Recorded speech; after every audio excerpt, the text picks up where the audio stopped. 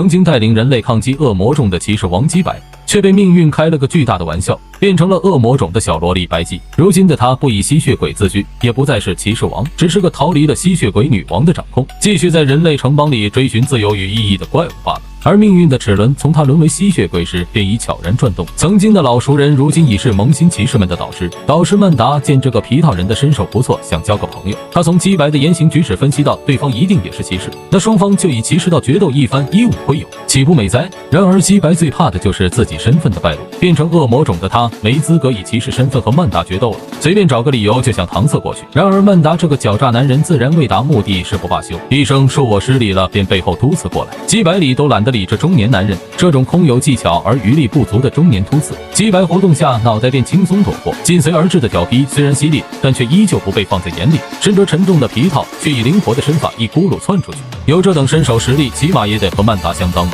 他露出见猎欣喜的笑容。曼达扔给姬白一把骑士佩剑，知道这一仗无法避免的姬白也正视了曼达。他郑重地将佩剑扔回地上，用郑重的口吻说道：“对付你，这个就足够了。”被小瞧的曼达也是嬉笑。重视这场决斗的曼达全力施展起高压桌眼，这可是他身为圣眼骑士的成名绝技，不让皮套人吃点苦头，他都咽不下这口气。汹涌的火蛇席卷而来，姬白在此危机之下，竟然还有闲工夫去接一片树叶。随后汹涌的火蛇便吞没了姬白，以为一剑了结了姬白的曼达收剑矗立在一旁。这一招城管落泪的火蛇属实让姬白灰飞烟灭了。哦，不对，是让他接住的那片树叶遭殃了。曼达还没意识到，仅是树叶落地的功夫，姬白就悄无声息地绕到了他的背后，把后背暴露给敌人，可是骑士的耻辱。羞愤难当的曼达赶紧找补着说向姬白，可姬白的身法灵活的仿佛在羞辱他一般，让他招招都落在空处。谁都讨厌那种教自己做人还羞辱自己的人，可明明把剑挥舞的密不透风，却根本伤不到对方的毫毛。把每一场战斗都当作最后一战的曼达，不由得陷入了无法力敌的恐惧泥潭中。不可以，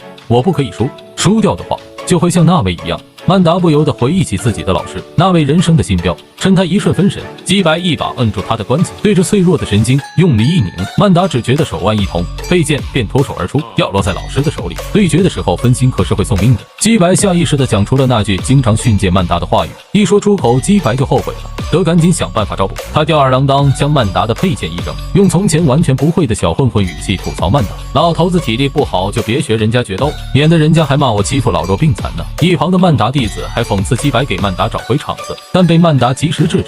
曼达充满审视地盯着姬白逐渐远去。这个男人虽然说了那句话，但言谈举止不像老师，就是有些可惜，不知道以后还能不能交手了。而姬白这边也是速度几百迈，赶紧离开现场。为防止对方跟踪，他只得扔掉皮套以求自保，可不去还这身皮套，他的工资也打水漂了。明天可怎么办啊？但他突然发现这小巷里竟然有血迹，猫尾兽耳，这个城镇里居然有恶魔种在暗中游荡。